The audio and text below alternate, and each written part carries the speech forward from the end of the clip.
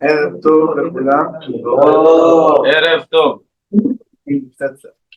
הרבה צרוד, אז לא כזה משנה, תשמעו אותי, הרגע שתשמעו אותי, בסדר. ככה, אנחנו עכשיו מתכנסים להזכרה על דברי תורה, לימוד מקמץ, מנוחה, שבת, הדברים האלה יהיו נשמתה, בעזרת השם. אנחנו נתחיל בדברי תורה, איך לא, על פרשת השבוע. פרשת השבוע פותחת במילים, ויהיו חיי שרה 100 שנה,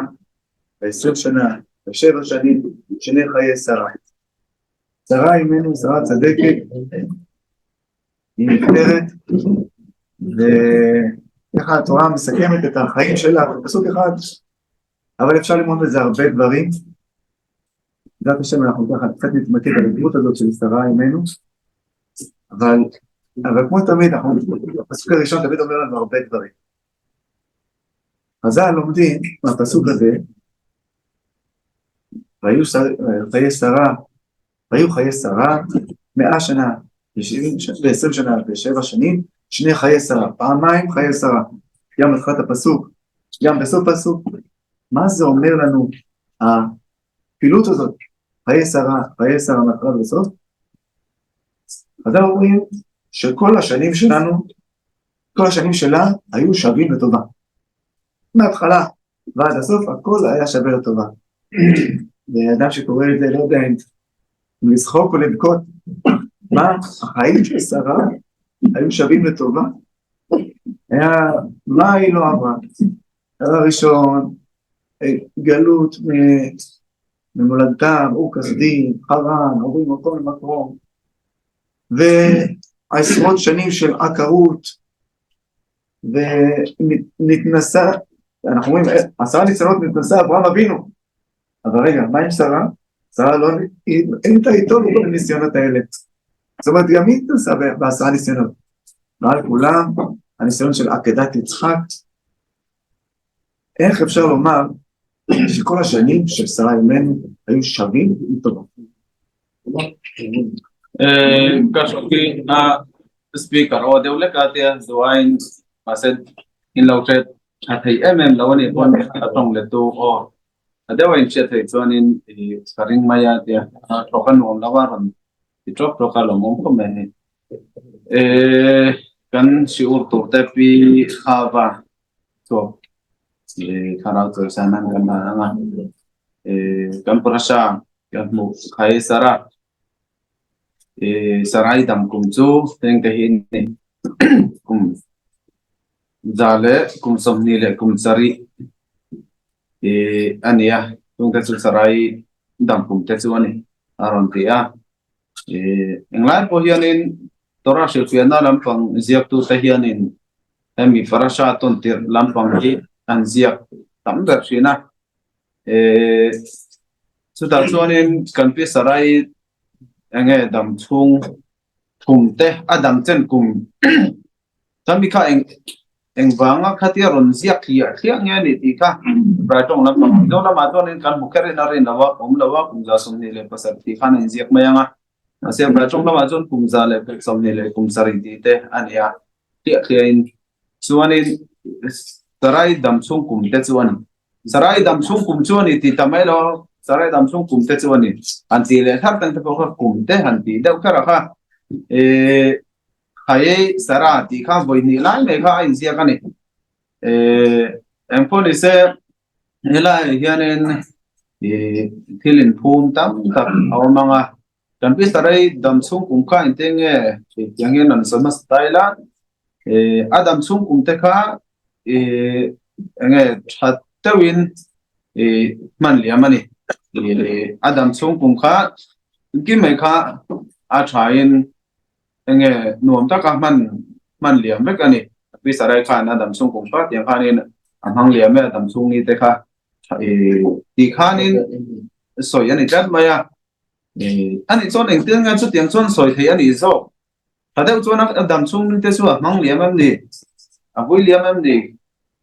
kan sianga kan pi sarai a sei len na te an om na mun te le enge an pa batian ina kowa ti khan azui ve zela e chung lai chung nen chu tiang in zen vai ga na tha po lom lawa ti kharin e anin son ko renga tin kum tam tak chingin fanai thelawin alo om boka chumi ni wang chonin kan pi sarai nun kha au lai lo ni kan pu rama piana kha kan chianga tuna ke ta tis kha teng thapo kan enge kan shet kha kami kha e enge a fiana som na chun ya kan pu rama piana hi kan mua soi thin po ani renga ni ma sel kan pi sarai piana ton ve kha soi kha ni ngai re lo ni ma se chiang taka sia thei chu nge kan ti chonin kopui ani nu pa ni miao wangin an pa fi ana konga khanin atinan om na mun na seilen na kwa tang ko so chung cha bo kana ma bo ka tel ve ze la nga ya an pa ro kan fi ana kha tong ve ze ti na ni ya tinan ching bun bo ka kha teng te ka ni nun kha tu til tu ka mishing da nang chonin tlong le nom sa ka chon amang dik lo ti chu kan che le nga ing wanga chi ti chung sia chat de win anun kha man na ni ya tu anun kha tlong de win enge man dia man ya ne an dam song ni te kha ti soi tra la ni na san enge niang ti kha zona ro nom phe nga התשובה היא שבאמת הכל בעיני המתבונן. איך האדם ירגיש שהחיים שלו עוברים, הכל תלוי בו. זה קל להגיד את זה, אבל יש הרבה אנשים שגם עושים את זה, שיכול לעבור לאדם הרבה תלאות, הרבה צרות, כל מיני קשיים, והוא בכלל מסתכל על זה ככה, בתור קושי. הוא מקבל את הכל מאת הקדוש ברוך הוא, הוא אומר, זה מת השם, זה מת השם. אין נפקא מינה, אין לי הבדל בין המקרה הזה למקרה הזה. כל דבר הוא מקבל מאת הקדוש ברוך הוא, וכל דבר הוא שמח. זה האנשים הצדיקים שהם מקבלים כל מה שהקדוש ברוך הוא עושה, הכל לטובה. אז במיוחד שרה, כל השנים שלה היו שוות לטובה. גם בניסיונות שהיא עברה, הכל שווה לטובה, הכל טוב. כי זה הכל מאת הקדוש ברוך הוא, וגם אם יש קושי, זה בעצם מבחינתנו עוד הזדמנות להתגבר, וממילא להתעלות יותר ולהתקרב לקדוש ברוך הוא יותר. Achana chonin nia tiang osam lawin ai aron soi mai tenga kan pi sarai damsung ni te kha nge thadewin tlong taka man lia mani amang lia me tianga aron soi ni tang chan kha kir deu an nunan pal tang chung sia kha tenga soi ni na san pa nge kan ti chonin chuti ang zonga manina nun khir chu thilo lai ani lawani mi tu ma har sana tok lo kanom lawa din hun har sa le roma din lai nei me lo chuti ang nun chu thilom thai lawani ya ma se ang tiang zok tu ne kan khir ti lai kha apoi mo lai chu ni ya ne har sana na me lo chu an toka ama mi mal zong ate pon toka nga tarala ma pa ka tin kanin lan ngain te khanin anan om le boka an pa zui pol na zong te pon ni se yang khan chuna chunin har san hi eng tiang zong nge hoi sai ta rang ka khir ti lai hi apoi mo lai ber chu ni maya mal som na po patian na tang so kan ya mal som lo na nga kan hu po patian na tang so to ni ya kan min huwa mal som lo na ngi na kara pakhat mal som na ngi na rom kala kan du da kan bisa panga ron sen khanin mal som na kan ti mai khat ya no do ron sen khanin mal som na ni lo kan ti le maya ma se patian na panga chok chu kim chiong thai lo kim shim ni ti tu patian that na pang kim chana phang kim ma tang chok chu eng ma ti chiong thai lo ti ni maya chu wang so nin apoi mo so chu soi le soi no ke ma ni khan khoi tlang tang ka ti ti lai kha apoi mo lai so ni ya chu wang son ka ti na tang kha kanu na thil ron sen kha patian tang chu kan ya tien tiang khanin alo har ta deu le ami ka ne chuanin enge ko sam re na ni ti kha mina kan khir thiama kan hu thiama har saniam a me paten aron te ni malo min bor sana du bangte le enge ma somna sang sok min pe ka du bangte lo man min pe du bangte le lon sang zia se kai sang zia se min ti bangte aron theng te ne ani ti na chu tianga alo ni chuanin mi chon chu tim che chu kan pi sarai te poi na an nun man dan khan ya har sana chu na men lo machine na zong son pangal thir chuanin na sa tak tak khani ni ma sela khangoka rin nami tarang kan thir ton pathian atanga chuak ani rek na lai kha zu mu thiam chuanin khatiang ar san deule lon sanga ne a ma son zel khatiani khanin mi kha an sang sau zel an tharau zongin chuwang chuanin khathil zo ka kha ingte kan na har san na ni lote khatiang ho ka ingtiang zoin ka thir lok kha ka tiam tha ka tiam ka kanu na thil ron pheng ka nge che tak clear khanin lak tak om lem lawang khanin ka tir zel dok pi kha ke mania kan thir dana zil khan mal som na te mal som lo na ten ti kha ni se ka thir na tlang zil kha lo ni maya בהמשך כתוב לנו ויבוא אברהם לספוד לשרה ולבכותה. יש לנו מספד ויש לנו בכי. גם פה סוג של כפילות, כי אנחנו יודעים שמה זה מספד? מספד זה שאומרים דברים על המת ששוכב ומספידים אותו, וממילא מה קורה? מתעורר בכי, זה המטרה של מספד, להספיד על מנת שהציבור יתעורר לבכי. אז למה כתוב לספוד לשרה ולבכותה? זה ברור? גם כאן אומרים שיש פה שני עניינים. דבר ראשון, אברהם בא לספוד לשרה. על מה? על הנשמה הזאת שהייתה יכולה להמשיך להיות בעולם הזה ולקיים מצוות, לאסוף עוד ועוד זכויות לעולם הבא, ולהשלים את עצמה עוד ועוד, למרות ששרה אימנו זה דבר, ודאי השלימה את עצמה הרבה. זה דבר אחד. אבל הדבר הנוסף הוא, ולבכותה. לבכות על מה? לא על שרה, לבכות עלינו. על מה שעכשיו, החלל שנוצר פה בעולם, זה האור הגדול הזה שקוראים לו שרה אימנו, פתאום קרה בעולם הזה, ונוצר פה חלל. איך משלימים את זה? איך אנחנו יודעים ששרה אימנו, הזכות שלה הגנה על כל הדור. היו 3 ניסים תמידיים שהיו תמיד קוראים על ככה, חז"ל אומרים. תמיד היה נר דולק באוהל מערב שבת לערב שבת. הייתה מדליקה נר בשביל הסעודה, כמות מסוימת, רק בשביל אותו לילה. וזה היה דולק מערב שבת עד ערב שבת, היה נס. עוד דבר, היה ברכה בעיסה. הייתה, נגיד, אוספה חלות לכבוד שבת, אוכלים את זה כמה שאוכלים, עוזרי שבת עדיין נשאר אותה כמות של עיסה. וענן קשור מעל האוהל. תמיד היה איזה ענן שמראה את השכינה הקדושה, שזה היה מעל האוהל. הדברים האלה הם מסמלים כנגד המצוות שחז"ל אומרים, שנשים מתות בשעת לידתן. במיוחד מפקדות על הנושא הזה, שזה הפרשת חלה, הדלקת הנר ונידה. על 3 שבועות נשים מתות בשעת לידתן, על שאינן זהירות בנידה ובחלה והדלקת הנר. אז על הפרשת חלה כמובן, הברכה בעיסה. הדלקת הנר, נר דולק מערב שבת לערב שבת, והאוהל, הענן שהיה קשור מעל האוהל, מעל השכנת שכינה, זה במקום שיש טהרה. במקום שיש טהרת הבית, אז יש גם השראת שכינה. השרה הייתה כל כך, כאילו שעדיין לא ניתנה תורה, היא הייתה אדוקה במצוות האלה, קיימה אותם וידעו,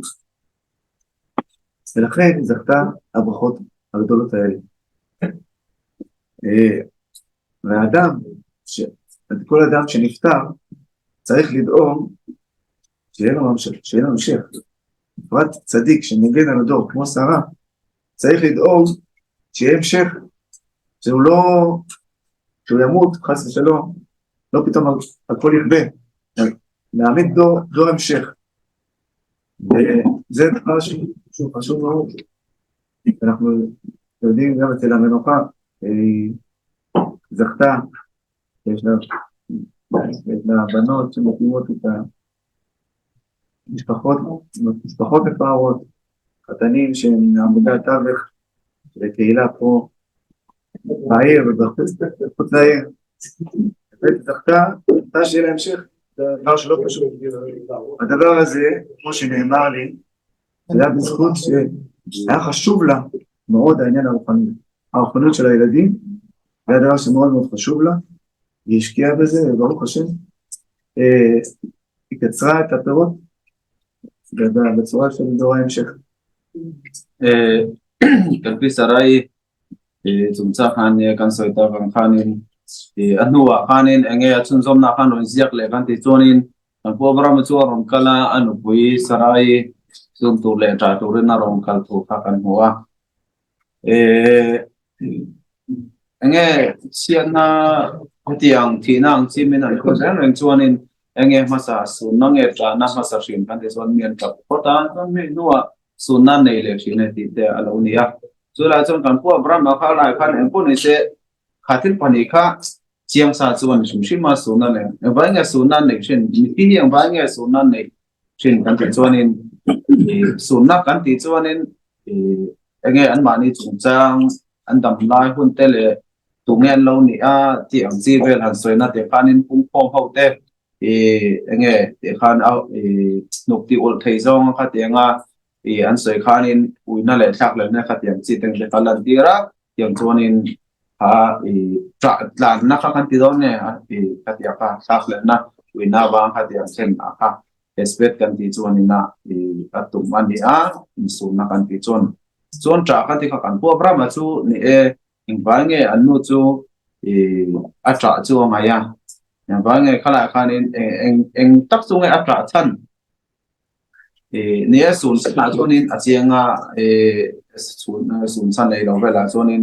khatianga enge ama khanin la dam pui se long se ti chuanin ama khan tiang chu ti kun ti to la nei mo la ti zo lo te ne ti lam pang ni le win an yang te kon kan ti sarai te chuanin khatiang kha su ti zo lo kha chuanin dong ni lo ka aum je a lo zo ka su ama tan khanin lo man khan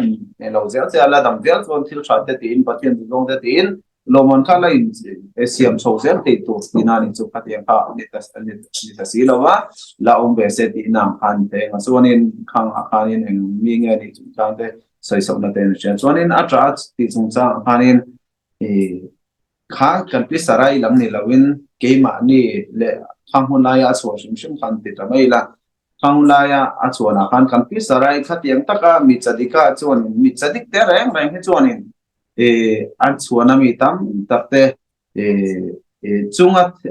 sualna awanga chung ngo thil thalo lo chen punom chi te an mani an chadik na zara i thara zonga ben in te an lo ni ti te lo ni a ta chon khatiang khan eng ro puilu tuk ang nen te pon te khin thai ne khatiang eng ro puilu tuk tak mai han mit ta kan ti don nge han kal ta mai kha chu mun ruwa khazau ta kha enge a sia min hu sia ti na ni a ke mani kha sha le xiaomin min nu chia ta ti na ni a ani chu ta chu neng ma wa su na lai lo na tu chu lo wa ma kha chan lo ro pui ta chu nei don ma se eng tak chu nge xiaom kan ti zo na xiaom ma ti zo na chu eng thil mo kan ti chuanin kha ama a chadi ka na te le ama eng ro pui ama zara he ko vela eng ro pui sarau eng ro pui oma ka lak bo lak kian ni ta la kha enge akun la ya machine te tan khanin khala ya kan program te le khang chu na mi te tan khanin enge thil kha kim lo hui ta ni chu long chuanin kha thila kha kim ta lo kha ke ma ni lam pang kim ta lo zo kha ni au yo ma tra enge tra ti so zo tu kha ni a chuanin kha program point an pui sarai kha chu tele soi no enge din sam ta kha chang do na ya enge rin na pathian na rin na pang kima rin tu ta ni meu bang khana ni te pai chu Yesu su tu ne a chu wang chuan a mai khan khatenga ta nai le le khan mishing dan pang a in wi sa tiang kha ani ve don phan lo ni ti kha chu chiang sa an pon ni se kan pi sarai chung chang a hianin thil pathum nge regular ta ka thil pathum om char adam hun la thil pathum thil mak thil pathum om char oma theng char thin chu shabat bati achi kha kami zante chau dai tu rang kha shabat le pe theng adai chine ti te po kha ania khang te kha chu kinga kan travel tau nga in nge chu ti kha chu an zo mai ton da khamo ra te per la ni si la kan te na san zo le no to lo ta kai bu vek la to chuanin chu min no wa chuanin khami lo engen bati chang le tumi zo zon khala kan tiang ha chami changa ka enge esen lo kha kan ti don khami sabat tuma esen lo ang kha ti khanin apung thina tiang kha ani chu chuang zonin kha thil wa kha dam hun la ya changan me ang chi kha tiang kha esen lo khanin tiang khanin do sen lo khan om thina dang le zonin khami an ponin chunga khanin thina kan ti kha khami kha anan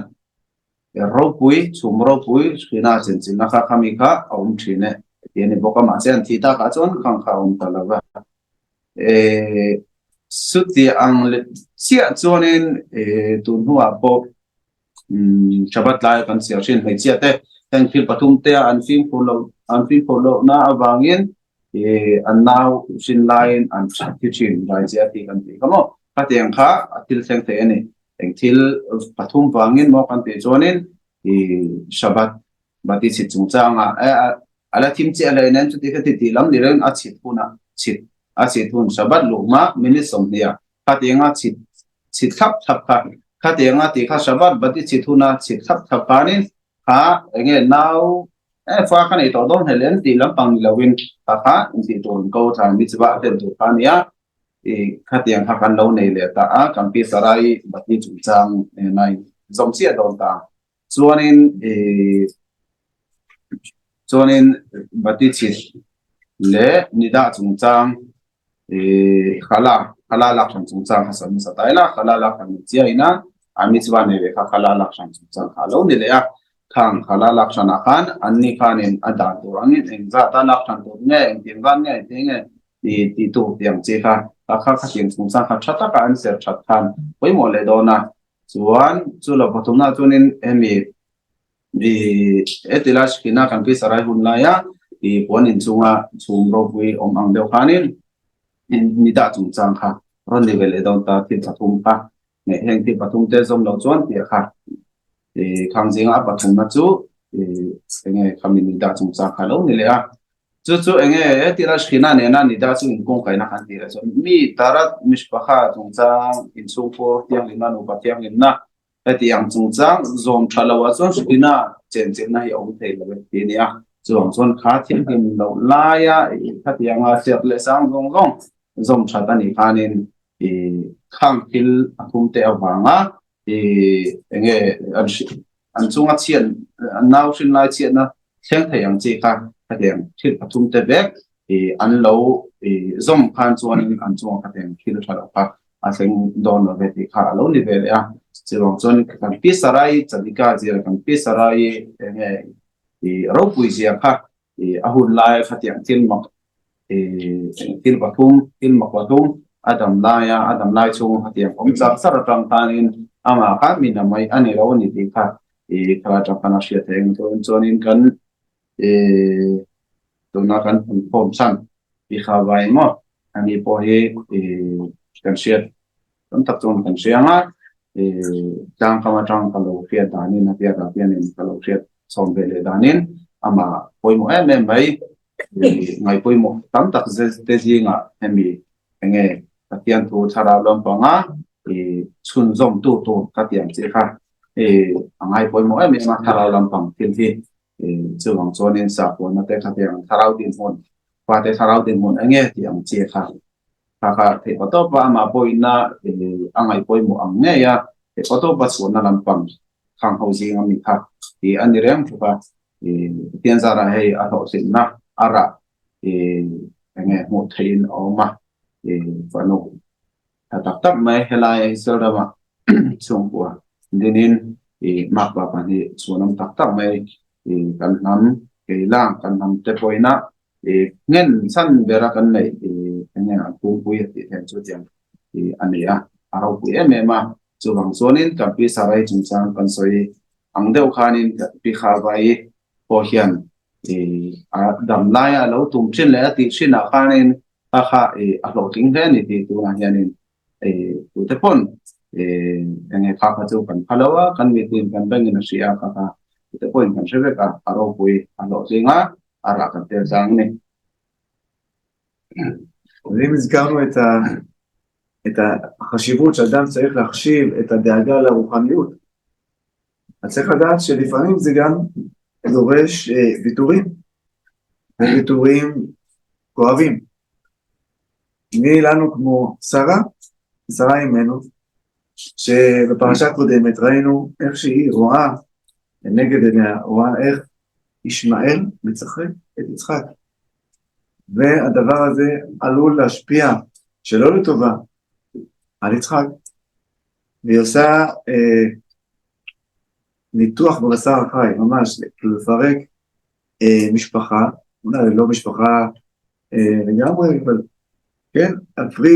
להפריד אחים, שזה דבר ממש לא פשוט. היא אומרת, זה רוחניות, זה דבר שאני רוצה להשקיע בו, זה דבר שחשוב לי, ובשביל זה אני מוכנה לשלם מחיר. והיא אומרת לאברהם אבינו, תגרש תגיע ותשמע. לפעמים אנחנו צריכים לעשות דברים שהם לא פשוטים לנו, לא כואבים. אם אנחנו יודעים שזה דבר שהוא חשוב לנו, שזה דבר שהוא בנפשנו, אז אנחנו נעשה את זה. אז זה יכול להיות המון דברים, לבוא לפתחנו בהרבה דברים. יש דברים שאנחנו יודעים שזה משפיע לא לטובה על הילדים שלנו, או אפילו עלינו. אז אנחנו יכולים לקחת אומץ, לאזור אומץ, ולהגיד, זה לא בבית שלנו. הדבר הזה לא ייכנס לבית שלנו. זה יכול להיות הרבה דברים, כן, כל מיני דברים שהרחוב, שהעולם הערבי מציע לנו, וזה ממש מתדפק לפתחנו, דרך המדיה, המסכים, מורה רגיל, זה לא נכנס אלינו הביתה. טלוויזיה, אינטרנט פרוץ, דברים שאנחנו יודעים שזה מזיק לנו, הנחה שאנחנו יודעים שזה מזיק לנו, דברים שאנחנו יודעים שזה מזיק לנו, אנחנו צריכים לקחת את האומץ, ללמוד משרה ממנו, להגיד, הדבר הזה לא בבית שלנו. ואם אדם משקיע ברוחניות, בסופו של דבר הוא קוצר את התורות, כמו שזכתה המנוחה חווה. מה הוא חושב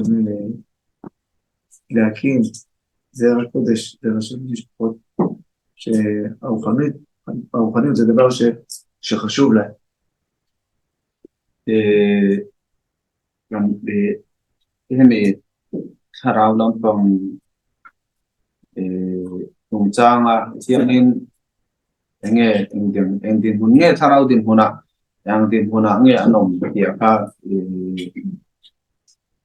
kan nge pikha bai koi na mai pol mo ver kan tikha kami ka kan pisarai hianin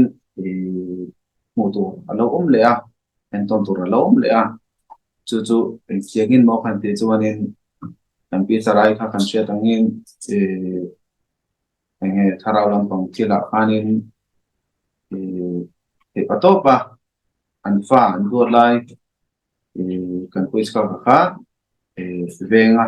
kumsa tu kha ania kan hong khanin ismailan nge fiamma tiam leu khanin aron langa anwa chuanin kan pisarai khanin kan papa ich ka kata hian athadon love not suak ro apia no fa not suak tura ti khanin chutia kan pisarai me wela not suak tura an pan hena ati chuanin Ismail khan afiam mai don na dora kalpa pi kwal mai don big lo ni ti khala jang khanin i asia denga chuang tonin engtiang nge apian dan kha ti pian na lampang ate khanin sang oma khanin milen patien biang na lampang te zir ti ra ti te ni lo le ba mai sen na lampang kholo zong khate na wang ti te khanin na sa tak taka i thil thalau lampang kha zir ti le no kha i ti pui tum kha ane ni bang ho kha afiam du dan khan chan maya kha kan pi sarai chuan kan puich kha asana din hon ngai tu ai mem tu chuan khat yang kha en le me chi kha ni lawa chumini bang chuanin na don pon ni se asianga agari kan pu brahmana ane na tura kan pi sarai na apa chalina enge nei tura ati po kha ni re nga agari kha kan pa kan pu brahmana ya apola kha tianga tu po kha ni lawa ama kan bi sarai ngai khani naila ani tangyen ka indin so ga chu ti khatia ti awang zo khani ta ama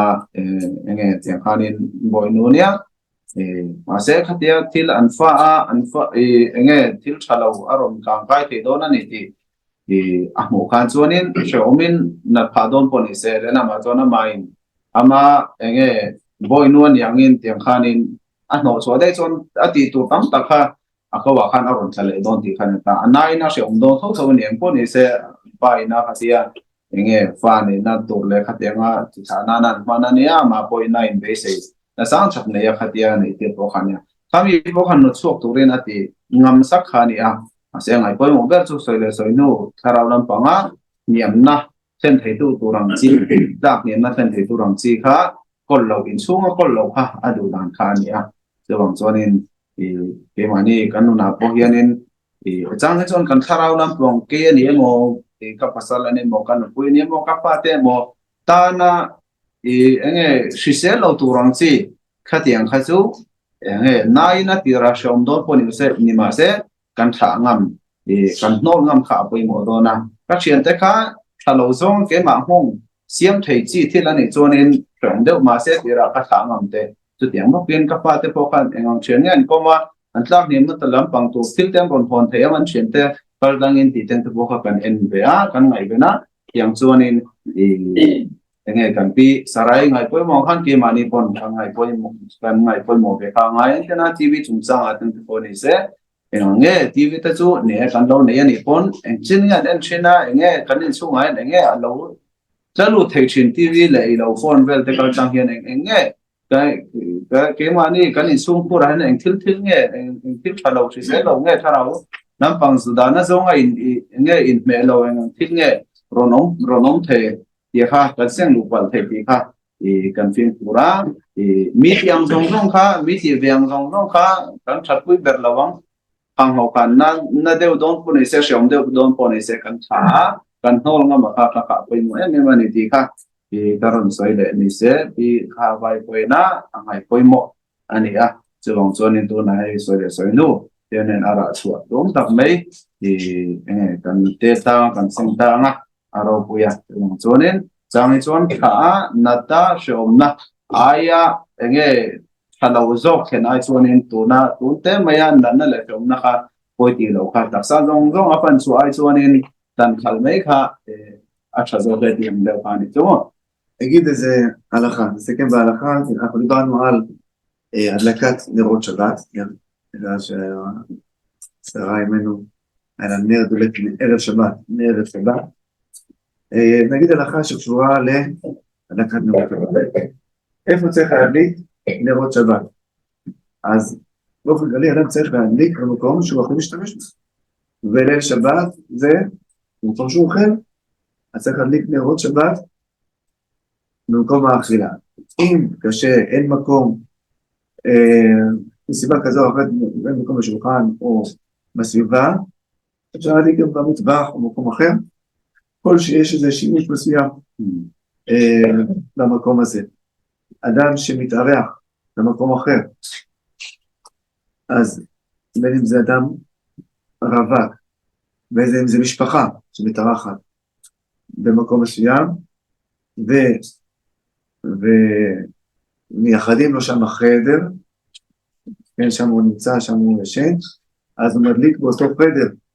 בברכה. אם לא מייחדים לו, הוא ישן יחד עם בני הבית, אז הוא יוצא יחד עם הדלקה של בני בית. מה? כמובן, כן. כן, לא להגיד שינוי. לא. Alaka sabat alaka pakatin kan kharanga sabat batit si tungchang te karon soi lang tasasa kam yanam pang kha karon soi nga to join kan tutok to nya sabat bati hi khoy nya chit to ye in chung khur in chung an kholai ber hian nge chi la thabe rang chi la ka kan soi na hun mo kan man ber na hun khan kan man tang kai the na ber tu hun kha karen lo hun lai chu lo ni tang se kan soi na mun en thei tu khan kan tiang tro do bana si ta lo rem lo ni pon ดอกการบุญให้ค่อยหมอคันคำมีจอยนาตั้งหลังไทยคำมีอาคารสุดท้ายพอตัวนี้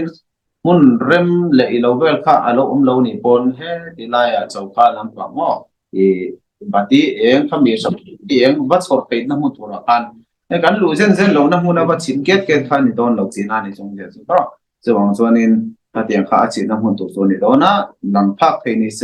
เอาไปราส่วนนี้จอยน่ะตัวกันนั่นนี่โมจอยน่ะตัวกันบุลเบลค่อยโมบังค่อยโมอันนี้แต่คนเราวันนี้ส่วนนี้เนี่ยแต่เจ้าก้าคลายกันว่าเจตาเวลเตอร์กันว่าเดียกันว่าสดเทน่ะตัวมันอาการนี่ตีข้าเราเนี่ยนี่ส่วนนี้มีควรเราในต่างเสียมีมีเนี่ยนะกันเราว่ามีควรนั่นนี่ส่วนมีนะแต่กันเราว่ามีควรส่วนนี้ที่เงี้ยเนี่ยต่างบ้านกันเนี่ยโมต่างบ้านกันนี่เลยโมตัวก็มีมาละกันว่ามีควรละตัวที่ยังติดมุนาส่วนนี้ขลายกันว่ามีควรนั่นเตอีน่าขันดีขลายอันฟ้าเตเนี่ยโมขลายกันว่ามีควรนั่นเตเนี่ยน่ารุ่มขัดกันตรงโดนเรารุ่มฟันป่าบีมินเสียมามินเปอันนี้ส่วนนี้ขลายรุ่มอาคานินอันมานี่ขัดสุกัดที่ช่วงไงอันเราพัลเทแล้ววันนี้แต่ไปส่วนนี้ขลายกระเรียนนะรุ่มเกมาพัวบิ๊กเลี้ยวมุนนะตัวบิ๊กมินเราเองวันนี้ส่วนนี้ขลายมุนอาคานินชิดเวขัดกันตัวมังกันเดียร์มาเราพัลนี่ส่วนขลายอาคานินกับชิงเงี้ยตัวราคานินเดียร์นี่ส่วนมาเสนี่ฟีกุรังไงขลายมุนอาคานินลักบมันเรียกมันด้วยจีนที่ตอนเราว่ารุ่มอาคานินถ้าเตียงที่ข้าเชิงปัลไทยนี่สมมติจะวางตัวที่เป็นกุรังไงเสร็จโน่มุนหิมะขนาดตอนที่นั่นนี่ אבל הם מתארחים, זה משפחה, ולא ישנים שם, באים לסעודת ליל שבת וחוזרים לישון בבית, אז מדליקים בבית, אבל נרות גדולים, כדי שעד שיחזרו עדיין יספיקו ליהנות, כי אחרת זה בכלל לבטלה, שיהיה את הבית סתם, אתה מדליק לנו בשביל ליהנות מזה, אז אתה צריך לשים, אם זה נרות גדולים, אם זה שעבה, או אם זה שמן, לשים מספיק שמן, כדי שכשתחזור, תספיקו ליהנות מהנרות האלה.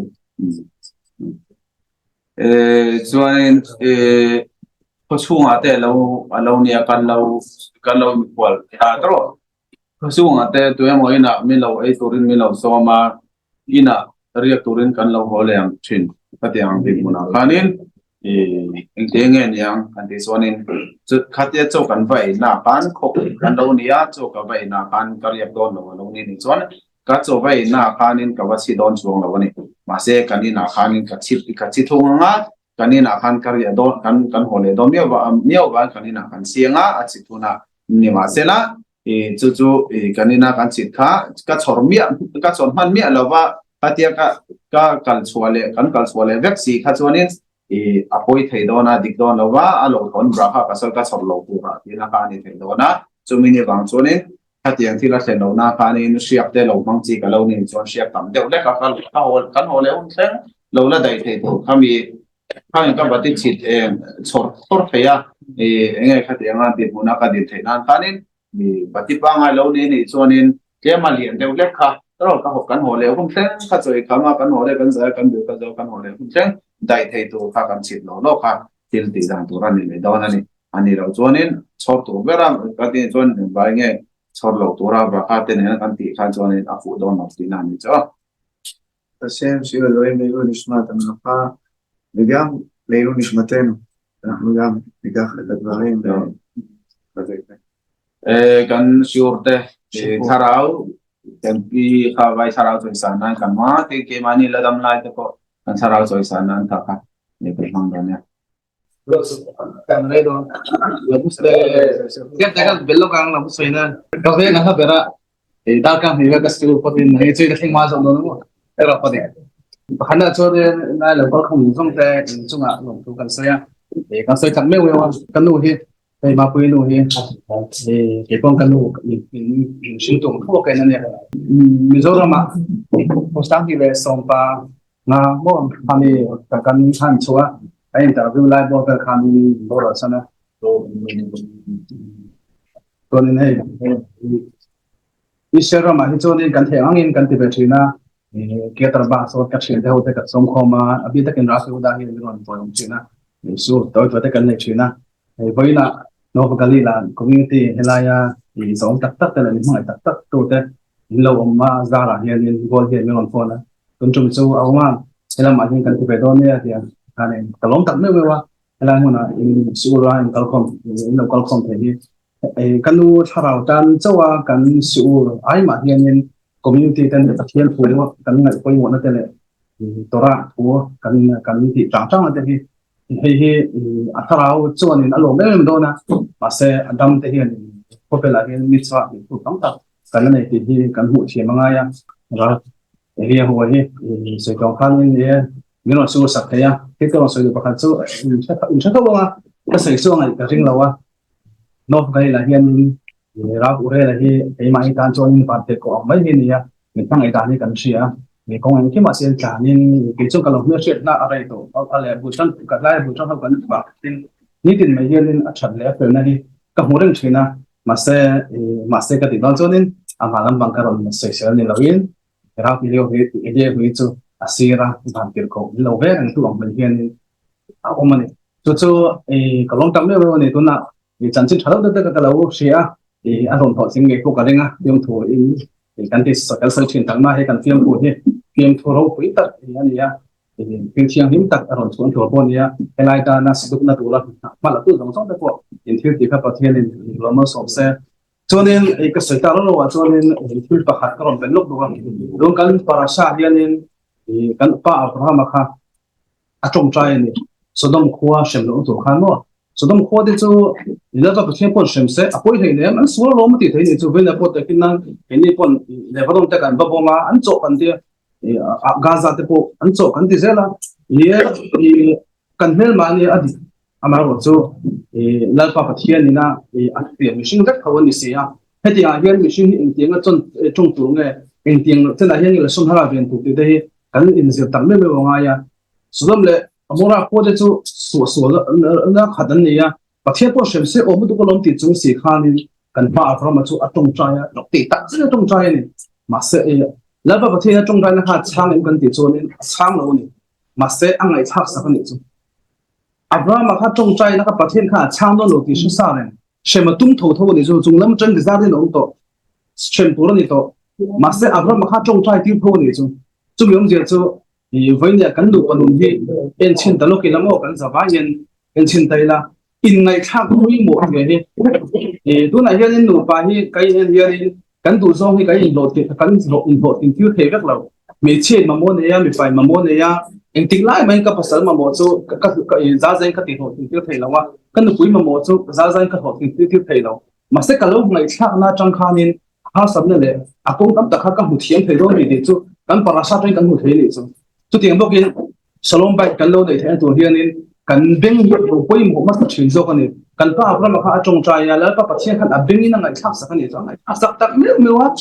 ma se sudom le mo ra khwa shem khan abra ma kha ni kan chong trai ka chane cha lo mo tin ti in soi sel ma bia lo ni chu ma se khlai ka kan tin hu ro pui me pa kha chu la pa pathian le ni shin inkar in som na ro pui zia kan mitzvah ti zong zong he mitzvah kan hen chho chut ko pe kan ya ma se mitzvah kan hen na ya kan hlim na le pa pathian le na ka inkar connection thật tắc cắn xiêm nó khác cắn đầm số cắn lông mà bộ rộng tới khá lâu này chuyện này tôi tiếng cho nên với nhà hiện nên cắn khua hiện nên nó về cắn khua thì thâu ở chân cho cái đào bảo ông bọn mấy là cả mang ngày tên lễ lại à sau đây sẽ là cắn bọn na ra là cái số khát thao tê unao thao tê mình tắm tập thì bạn cắn khua thì cổ thâu mấy à